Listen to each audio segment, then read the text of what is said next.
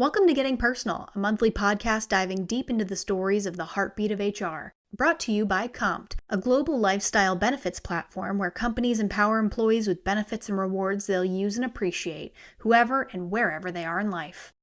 Joining me for this episode is the wonderful Kim Rohrer, an experienced people and HR leader with over 15 years building connected cultures at tech companies, big and small. This experience, combined with her background in theater and passion for writing, have led her to create a patchwork portfolio of creative offerings as a consultant and fractional executive. And most importantly, she's my new internet friend. Welcome, Kim. That's right. Hi. I love friendships like this that start out with like, "Hi, I really think you're cool. Are we gonna be friends?" Great. And this mutual adoration is Yes. makes me feel very giddy. That's why I am so excited to have you here. And speaking of here, you have seemingly been everywhere. Like your intro is so formal, but like let's be real, you have done all of the things. And theater to Yes. HR, I need to know more about that. Like, for Yeah. example, do theater kids make the best HR professionals? Because in my biased opinion, yes. Yes. I absolutely believe this is true. Um, this is a story that I have told dozens and dozens of times. But way, way, way back, taking us back to like 2009, I want to say. Um, I was interviewing for a job at a tiny little company called Twitter that had about 20 employees, So small. a brand new little baby startup. Um, and I had the pleasure of interviewing with Biz Stone, who had went on a very long rant to me about how much he loved theater people and how he was a former theater kid and how he thinks that theater people are under-recognized as assets in the tech industry, and gave me this whole speech about why he thought hiring theater people in tech was so important. Um, and that was a complete game changer for me. I was very new out of my like, I'm gonna be a dramaturg professionally. I'm gonna go be a dramaturg on Broadway. Like that was my life. That was my life's dream. And I had worked in tech before. I'd worked at Google as an administrative assistant, but I hadn't made that connection yet of how the skills that I gained in theater could be applied to my other work. I was like this whole Mhm. separate life, this whole separate thing of like, I did theater and now I do, I don't know what. I guess I do administrative work now. Um, and that really changed my perspective, and I've carried that with me for the last however many years that is. Um, and I really think even more than many other roles, like HR and people and culture work is especially suited to people who have a theater background. The communication skills, the being able to work with a diverse range of personalities, the ability to like put on a show with very little budget is also an undervalued trait, the, like, whole summer stock vibe of it all. Um, and just this idea that you're thrown into an environment with a lot of different types of people. You have one shared common goal that you're all working towards. Everyone has a different part to play. Everyone is equally important to the production. Um, and that you have to there is a set of rules, there is a set of rigor of, like, these are the rules of the production, this is how we're gonna be doing it together, we all have to agree on a set of behaviors. All of those things are directly transferable to the work we do in HR. So tell me a little bit more about how that evolves from startup world to some of the global companies. Like you mentioned, you were at Google. I was looking through your LinkedIn as one does. I saw Pixar and I was like, ooh. Yeah. I mean, I so someone a couple years ago gave me the word multi-passionate, and I have adopted that as my the the way that's like a very professional way to talk about having ADHD in work. Like, I have a lot of different interests and I like a lot of different things. And so throughout my career, I've just sort of followed what seems interesting to me. And Google literally happened because I had decided officially I was not going to be seeking professional work in theater and I needed a job. And literally, my mom was like, "Well, that Google company is up in the Bay Area. Maybe you could work there." This was 2007. This is a very different time. Um, but and, I had an internal referral from a friend from college who worked there, so it wasn't, like, totally just random off the street, but Mhm. it was a complicated process to apply and get the job, but I think it's a lot harder to get a job. I mean, I know it's harder to get a job at Google now because 'cause I've tried and I have not gotten one. Um, but, I mean, it was that random of a start of, like, "That company seems interesting, you should try working there." And I've kinda used that as my process ever since then of like, "Well, that seems interesting, maybe I should try it." Um, Google is where I learned to love tech specifically.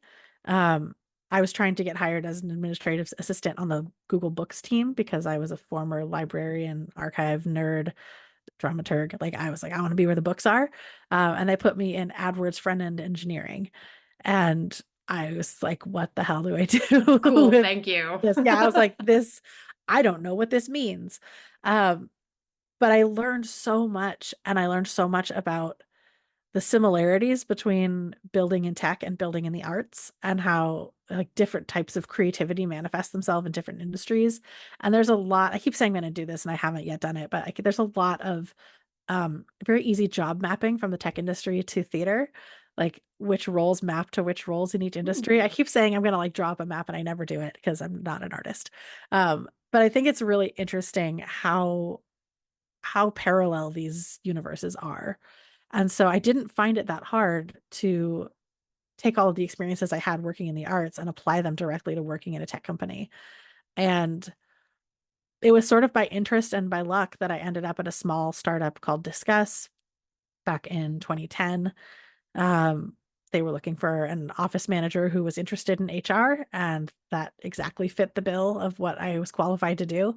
And it was just a really good fit. I got super lucky with my first startup, really solid relationship with the CEO. Shout out Daniel. He's like the best. Um, and I learned so much. I was there for 8 years. I grew my career from office manager who wanted to do HR to VP of people. I took the company through multiple fundraising rounds and an acquisition, opened offices, closed offices, like, just the full gamut of kind of what you Wow. imagine whirlwind startup experience. Um, and then I was at a health tech company, and then I got laid off at the beginning of the pandemic when I also coincidentally had had my second child. So then I took a little time away to ride out my maternity leave during the pandemic and figure out what to do next. Um, I co-founded a little company working on consulting for companies who wanted to create better workplaces for caregivers. So that's a real passion of mine is caregiver advocacy, um, and creating more equitable workplaces for people in caregiving roles. And then I was doing consulting and I ended up back in tech, this time in HR tech at Oyster, which was my first real global experience, my first real Mm. hyper growth experience. It was nonsensical madness, hypergrowth from like 2021 to 2022. Um, we went from 75 to 650 in about 18 months, Wow. across 70 countries.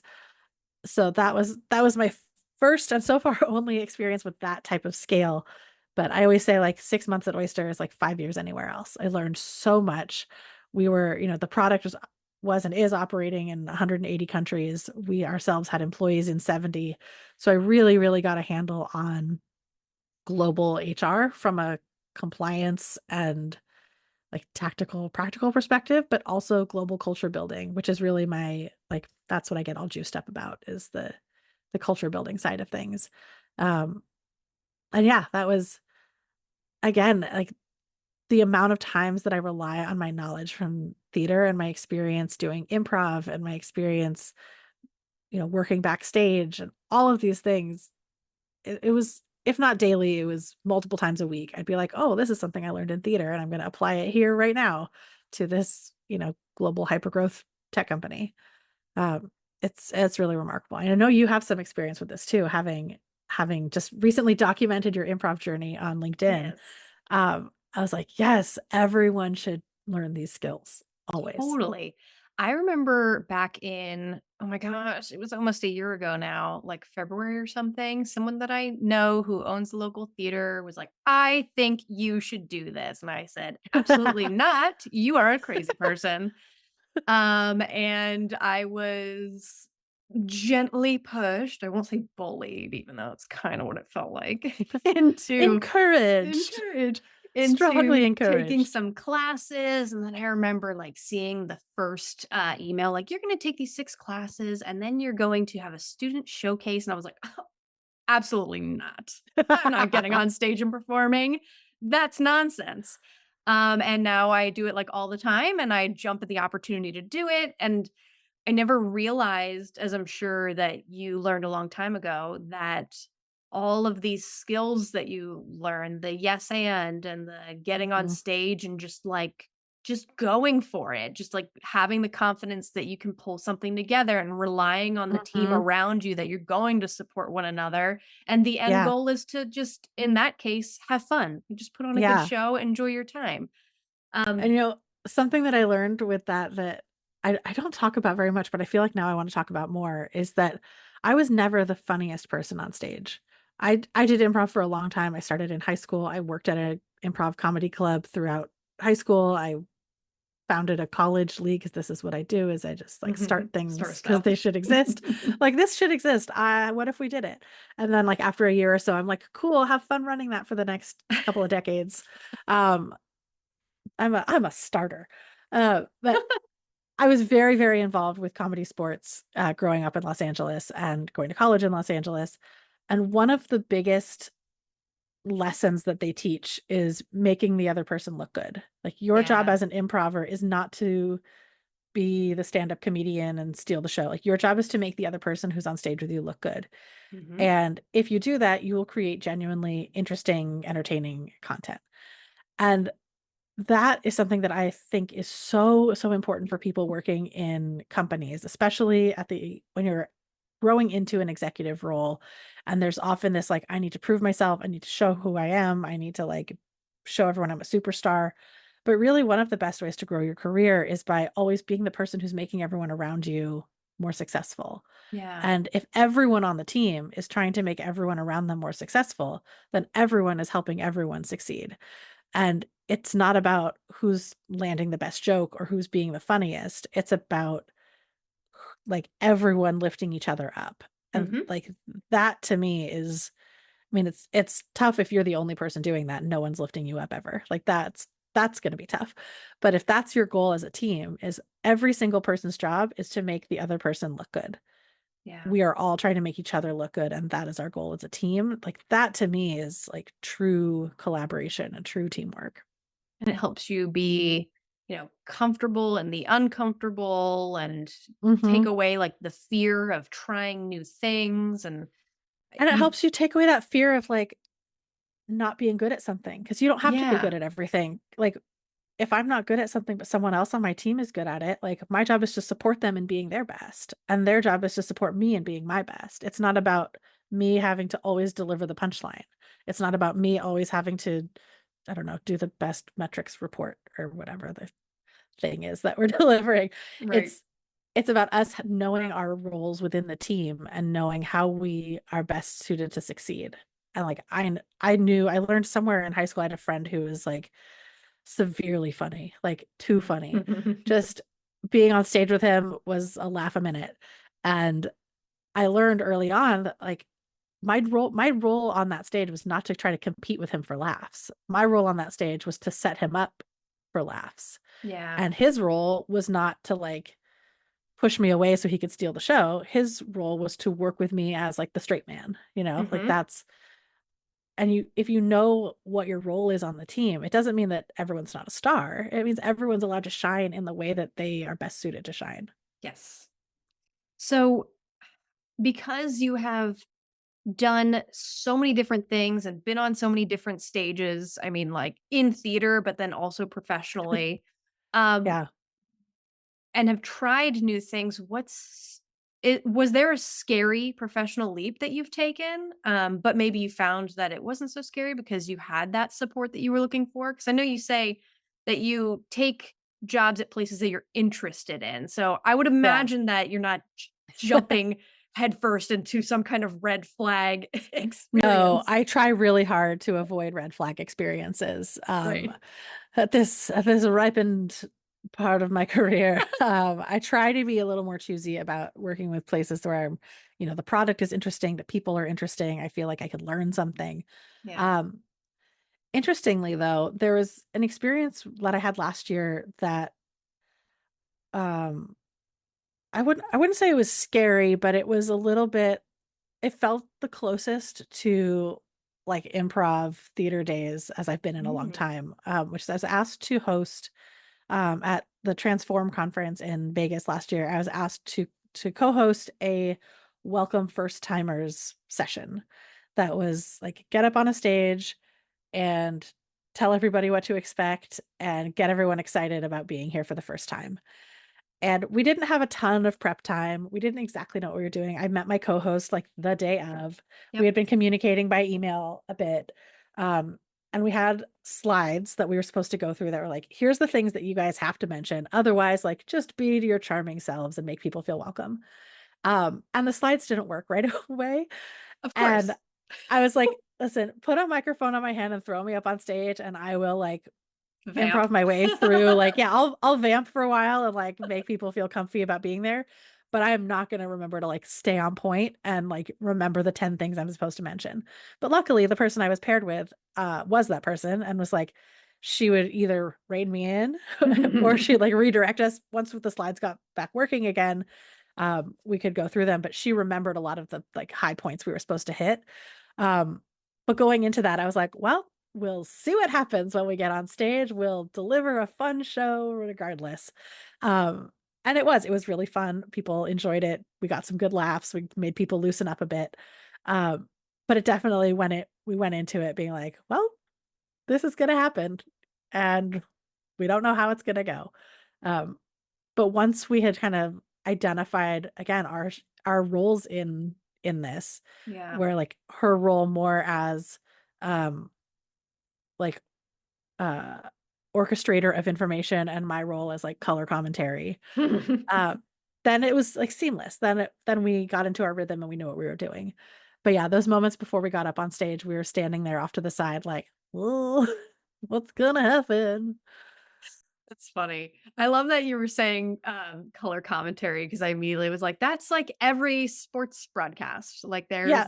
there's the guy who knows every single player and their numbers and their positions and whatever else, and then there's the person that's kind of just Yeah. there for to vamp everything up That's to the me. next level. I sit there and make silly little jokes Me and too. make people feel welcome. But making Don't ask me to people remember things though. I can't no, remember things. mm-mm. Making people feel welcome is in my opinion, one of the most important things, though. Like, that's the sign Yeah. of a true people leader, and that's what people are Mhm. looking for when they are looking for a place of employment that they'll want to stay at, you know? Yeah. Yeah, I think that's why I gravitate so much towards the employee experience and culture side of the work. I really, really love employee onboarding and new hire orientation, and I'm super passionate about the how you build that experience throughout an employee's tenure and starting with the candidate experience, rolling into the new hire experience. Excuse me. And I think a lot of that comes from, I mean, at least I know a lot of the methodology that I use and a lot of the way that I approach things comes from theater, comes from like how do you make a cast gel on the first day of rehearsal? How do Yeah. you're bringing people together? You have, maybe a couple weeks, maybe a couple months to like get everyone on the same page before you start your run of show. And I think how you bring together a group of people makes or breaks a production.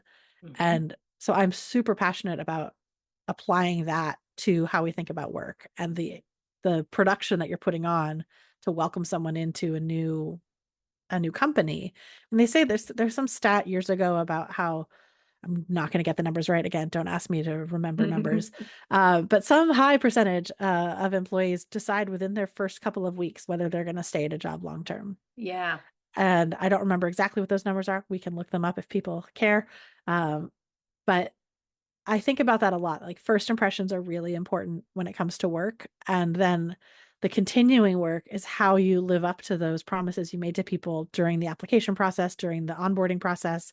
The rest of employee experience is how you're making good on all of those expectations you set at the beginning. But if you never set those expectations at the beginning, then people don't know what they're in for. They don't know what they're committing to. Um, and really setting people up from the start, um, it just provides such a richer and more dynamic experience. Do you think the baseline of the employee experience, or a workplace having a good quote unquote culture is just demonstrating that you care, that you care about people and that you want to support them? I I do. I do. I mean, it's part of why there's that old trope about people don't leave companies, they leave managers. Mm, Um, and and there's so much research on this. I'm not saying anything revolutionary here, but the experience that people have at work depends so much on how they're treated by the people they work with and by the people who manage them. And feeling seen, feeling appreciated, um, feeling respected, all of those things, they weigh so heavy. And, compensation is important, benefits are important. All of these things matter tremendously. Um, but you can be super highly compensated and have a terrible experience at work, and you're not going to want to work there. You're going to look for some other place to work that'll pay you just as well. yeah. Right? Like what keeps people productive and happy and, doing their best work is feeling like the company that they work for knows who they are and cares about them. You did not ask for this, so don't people think this is not a plant. It's just something Say it I though. I like. This is why I am so excited about Compt is like Yay. I think it's super important in this day and age that we're in.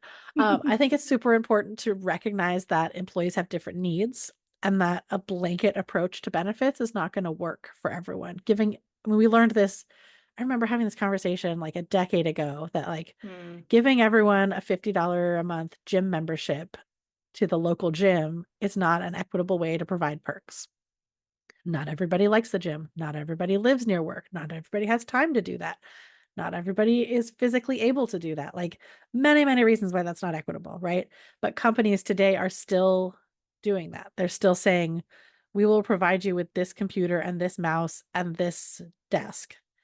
When an employee might not, they might want a different mouse. They might have ergonomic needs. They might need a different desk because the company standard desk doesn't work in their space.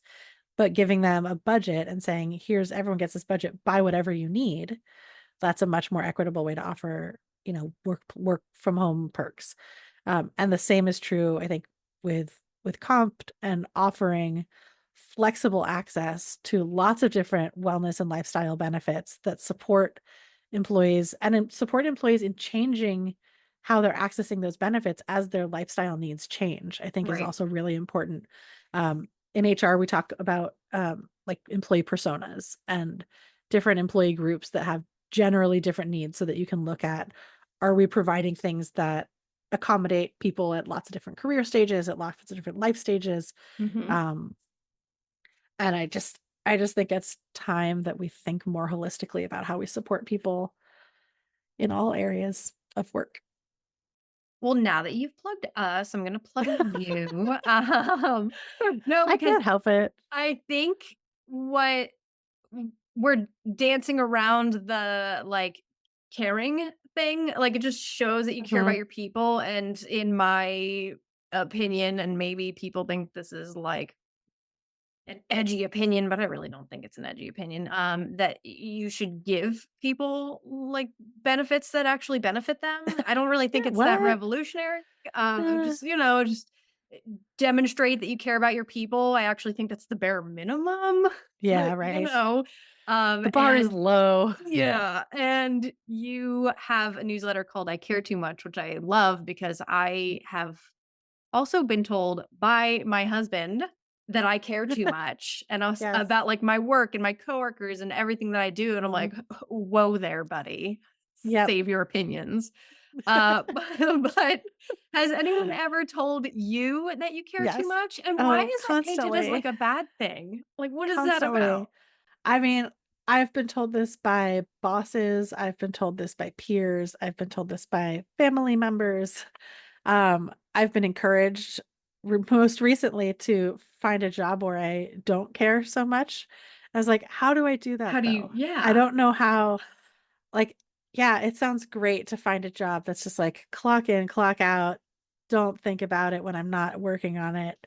But I don't think that's my personality. I don't No. think That's where my creativity I, goes to die. I can't just yeah, clock like in, I clock out. just like I do think I will say I think there's value in boundary setting. I think Mhm. there's and I have a lot to learn in this area in terms of emotional absorption and boundary Same. setting when it comes to like how much you allow that care to permeate the rest of your life. Mhm.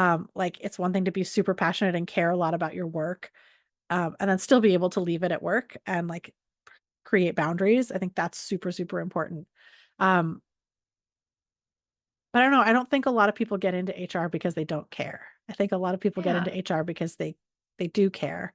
Um, and I part of the part of the impetus for the newsletter and the sort of cheekiness around the name is like I care so much about so many things that sometimes it is difficult because I can't turn it off. And I have a lot of empathy and I have a lot of um I'm an Enneagram 2, so I'm a helper. I always just want to like Mm. I care about things and I want to help fix them. And that's my default mode is how can I help? How can I fix?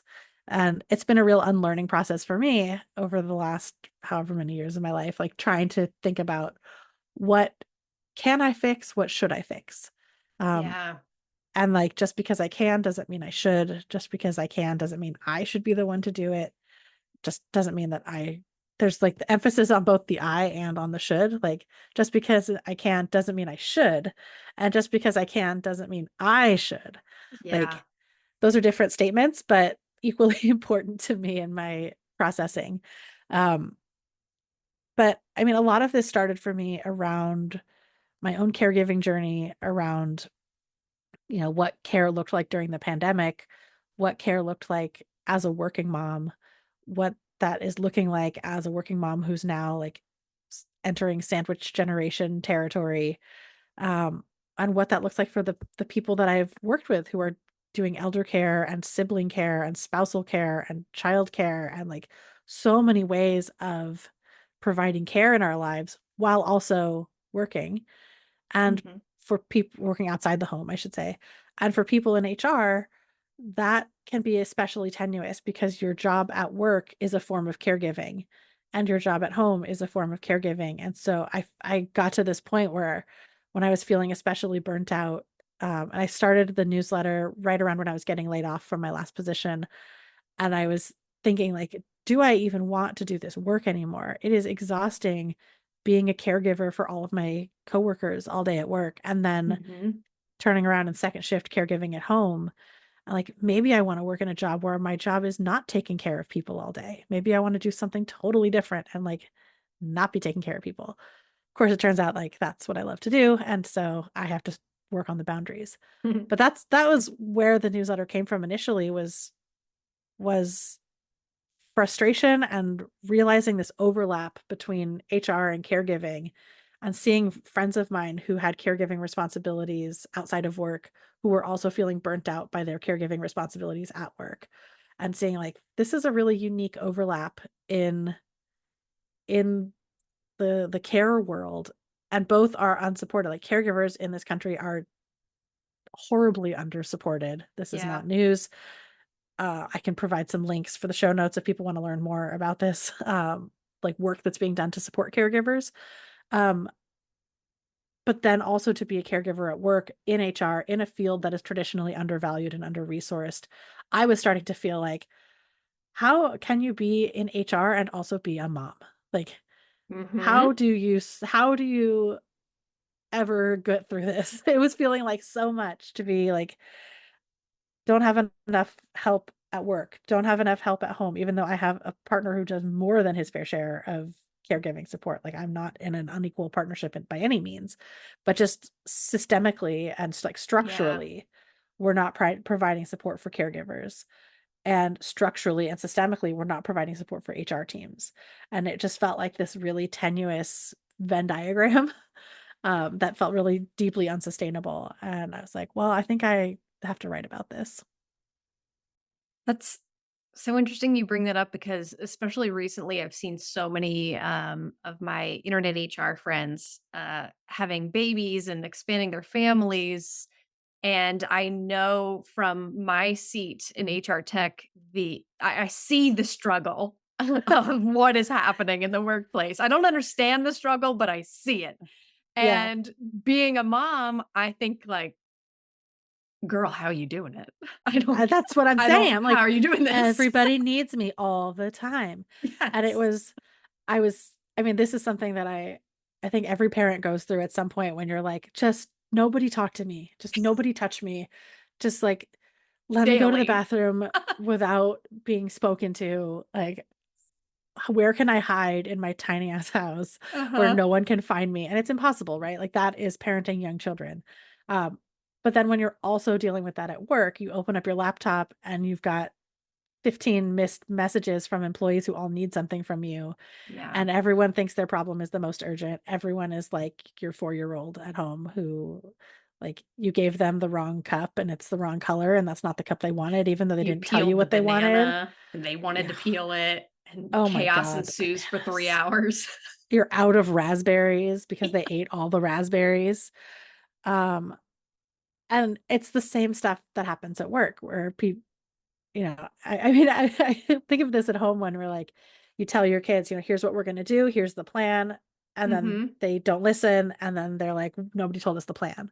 You're like, but it's taped on the wall. Like, here's the Yeah. plan. You're like, And it's the I'm same, pretty the sure same that I shit at work. communicated. Right. And then you go to work and you're like, okay, I gave you the plan. And they're like, nobody ever told us this. Like, why are you throwing a tantrum like my 4-year-old did this morning? He knew that he had to put shoes and socks on before school. We do it every single day. You knew you had to write your performance reviews. We do it every single quarter. Like, why is no one listening to me? Um, my dear friend Stacy Nordwall did this really funny Instagram post or Instagram, maybe it was on her Instagram, I don't know, LinkedIn, about Greek mythology and HR and like which mythological Greek character do you relate to? Gosh. And the best one I thought was Cassandra, who is the one who is always giving prophecies and no one believes her. And then her prophecies all come true. I was like, yeah, that about sums it up as an HR leader today. Um, and it doesn't have to be that way. I know it doesn't have to be that way because I've experienced it. I've worked with teams and with companies who have a really strong partnership with their HR team, who treat you as a respected partner and they listen to you and they don't fight just for fighting's sake. Like, shout out back again to discuss CEO Daniel Ha. Like, when he disagreed with me, he did it respectfully and thoughtfully and explained his perspective. He wasn't just like, no, you can't have that budget. He'd be like, this is what I'm thinking about when I think about how we're allocating budgets. And I don't understand the ask. So help me understand the ask so that I can make a better decision. Be Yeah. like, oh, okay, I wasn't explaining this in a way that you understood. And you're not going to just say like yes to every ask I make blindly. Like, you're going to want to look into it a bit. Um, and that's so different from a CEO who just says no. And I'm sure you see this being in HR tech when people come to you and they're like, we don't have the budget to work with you. And so I always tell every HR tech company, those of you who are out there listening, the more you can do to empower and enable your client to get the yes, the Mhm. more yeses you're going to get, because you have to know that going into it, your HR leader is like Sisyphus pushing that boulder up the hill. Like, let's just get back into our Greek mythology. Um, your HR leader is fighting a losing battle when it comes to budget, and the more you can do to help provide them with the business case and like give them the business case in a way that is easy for the CFO to say yes to, easy for the CEO to say yes to, the more sales you will close. Speaking of caring too much and setting boundaries and pushing the boulder up the hill and being in charge of all of the things TM. Yes. Um, Yes. you have mentioned before that overcommitting is one of your Yes. specialties, as I It am is. painfully familiar with. Yes. I would love Yes. to hear maybe your worst story because God. why not? And Oh what it boy. taught you. Because I feel like there's a lot of HR people who would be listening who would identify with whatever you're about to say. And maybe they're currently in it and they're like, help, Yeah. help Kim. Yeah. Yeah. I mean, I am Allie Brosh of Hyperbole and a Half with the all the things meme. I don't know if that dates me, but I am do all the things. I want to do all the things. Strange how no one diagnosed my ADHD till I was 38 years old. I just, like I said, lots of interests, and I was just talking with a CEO about this over the weekend. A friend of mine, I was not working, a CEO friend of mine, who we were talking about the intersection of uh, guilt and being multi-passionate, and this idea that if there's something you want to do and you were raised, especially as a girl in the 80s, 90s, you were raised to believe you can do anything you put your mind to. And that mentality, while it is very empowering for young girls, does not take into reality or does not take into account the reality of constraint and actual limitations of life. And so the combination of me being interested in a lot of things and being raised to believe that I could do anything I wanted if I just worked hard, um, led to a life of overcommitment. Yeah. Um, I I will always remember this. When I was applying to colleges, when I was in high school, the college guidance counselor suggested that I use paper applications instead of the brand new, newfangled online applications, which were so fancy and brand new, because the online applications had a character limit, and the paper applications you could just write smaller and fit all your extracurriculars into a box. And that, to me, like, that perfectly sums up my approach to work. Is I'm like, I can just do more and I'll just find a way to squeeze it all in. I know what the rules are, and so I know how to like make it work within the rules. Um, that has led to many times of setting expectations for myself and my team that were not achievable, that were not attainable. Because I was like, and I do this still to this day. It is a lesson I'm learning. Thank God my husband is better at time management than I am, because I'm like, I can do this and this and this and this all in one day. And he's like, choose two things. Like, but I want to do all of them. Like, but wanting to do all of them is not the same as time expanding to fit the reality of what you want it to be. I cannot yet manipulate the laws of time and physics. And so um, I've had to learn to say no to things, which is even hard for me to say out loud, but to also say again, like, no but, in addition to yes, because I was a yes ander. Yeah. But sometimes the yes and is yes, and that needs to happen in a couple weeks. Hmm. Um, not right now is a good thing to say. So, like, advice to all people who are looking out at the landscape of your 2025 and you have a laundry list that's 10 pages long of all the things you want to fix in your organization, all the programs you want to implement, all the pips you have to process to try to help people keep their jobs and improve their performance, all the comp reviews you have to do, and all the day-to-day crap that you have to maintain, and these like big creative innovative projects you want to implement. Write it all down so you don't lose it, because I think some of the fear is that if I don't start doing it, I'll forget about it. It'll never get Yeah. done. So I have to start all the projects.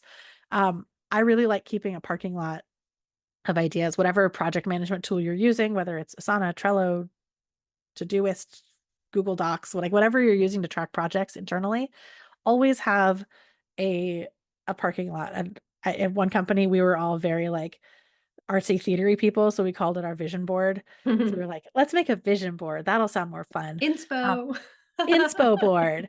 Um, call it whatever you want that makes it feel good to you, but Right. have a place where you can put all of these ideas, and not just the list of ideas, but like, how big is the project? Is this like, make a rating system.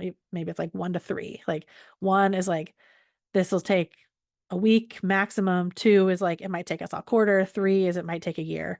And Mhm. like really scope out these ideas. Think about what resourcing you need to achieve them. And then if your team's sitting around and you're like, hey, we finished that thing early, you can go to the parking lot and be like, which car do we want to take out and Yeah. test drive right now? Right. I think that's the big thing is so many HR and people folks are really good at seeing what all the problems are, and they're really good at fixing all the problems, but you can't fix them all at the same time. And prioritization is one of the biggest hurdles that teams face. It's true. But we want to fix all Yeah. the things. I know. Especially when you're like, I see how it needs to get fixed and I could do it if someone would just like pause, stop time, let me Yeah. fix this problem and then it'll be fine. But like that is not reality, sadly. We cannot stop time. Yeah. And if you're having trouble prioritizing, I always suggest taking like taking your top couple of ideas and take them to your whoever your boss is, your CEO. Say like my team has capacity to do one of these this quarter. This is what I'm thinking, but like what would you like to see happen? Yeah. What's like do you have a different reason for wanting us to prioritize something else? And then your priorities are aligned with the business needs. Suddenly you're seen as being more strategic. Suddenly Mhm. you're like earning that stupid seat at the table that everyone's like, HR needs to be more strategic to get a seat at the table. Like part of what they mean by that is like, don't work in a silo. To come to your boss and say, here's why strategically I think we need to focus on these 3 things. We only have capacity to do one this quarter. Here's my reasoning behind why I'm choosing this one, but I want to get your take because you might have insight about the business that I don't yet have. Mm. So help me decide on my priorities based on, your knowledge that I'm not privy to yet. Yes. As it, HR hasn't been strategic this entire time, but Exactly. It's so much of it though is about reframing. And yeah. this is a lesson that I feel like so many people, you just have to learn, sadly, like as you go, that when we talk about strategic HR work, there's so much that we're taking for granted in terms of vocabulary, in terms of like context and research and things that we just know because we've been doing the job for a long time. Mhm. That I talk about this, a good example I'll give is engagement surveys. So let's say you're running engagement surveys on a twice a year cadence. You get the surveys, you get the results, you share the results out with people, and you're like, here's what we're going to do over the next 6 months to improve our scores in these things based on what you said. Great. And then you do all the things, and you're like, yay, we launched all the things. Our numbers are going to be better on the next survey. Um, and your numbers are better on the next survey. But the question that always gets the low numbers is, I believe action will be taken as a result of this survey. And that's like, people are like, no one's going to listen to Mhm. me. I'm like, but the number went from this to this because we did this thing you wanted us to do. It's like, but once they take the survey and once they like skim the results that you've sent them in a PDF or presented at an all hands, like, and they half listen to, they're not thinking about that engagement survey again until the next time they take it. Right. And so you have to spend that 6 months marketing your work and doing like branding initiatives internally to market the work you're doing and remind them, hey, we just launched this thing because of what you told us in the survey. Hey, we heard what you said and now we're doing this thing. Hey, we did this thing because of what you said. And you remind them repeatedly in different ways, in different formats. It's not just like wagging a finger at them over Slack every time, but Right. finding creative ways to do internal marketing and branding around your initiatives like keeps these things front of mind because to you on the HR team, you are thinking about this. This is your OKR. This is your thing that you're driving towards. You're like, we need to increase engagement on this factor by this percentage. That's our goal. We're working towards it every day. But not a soul in the company is thinking about the engagement survey until the next time you run one. Mhm. And so putting that into context, I think that's part of HR being strategic is how can HR be more present in the day-to-day experience people are having, pulling back the curtain a little bit, showing them what you're working on, showing them what you're doing and explaining it helps people to see the strategy that you're implementing. Because there's this assumption that like, well, we in HR know that product is strategic and we know that finance is strategic. Like we don't assume they're not. But Right. that's also partly like we have more visibility into everyone else's work than anyone else has in the company. Kim, I could literally talk to you for my entire life. But because There we go. I realize that, this is a People don't wanna listen podcast to a where people 24-hour podcast. I Yeah. know, Yeah. 24/7, Right. which we could do. There's so much to cover. I want to ask you one last quick question, like a gut Yeah. reaction question before we leave. And it will bring us full circle. So, with Great. your background in theater and analysis, I Yes. have to ask if your HR career was a play or a musical or a movie or whatever, Oh what would gosh. it be and why? Well, it's a great question. I had to think about this for just a second because my initial gut reaction is Into the Woods. And I was like, is that just because it is my favorite show? Or is that truly?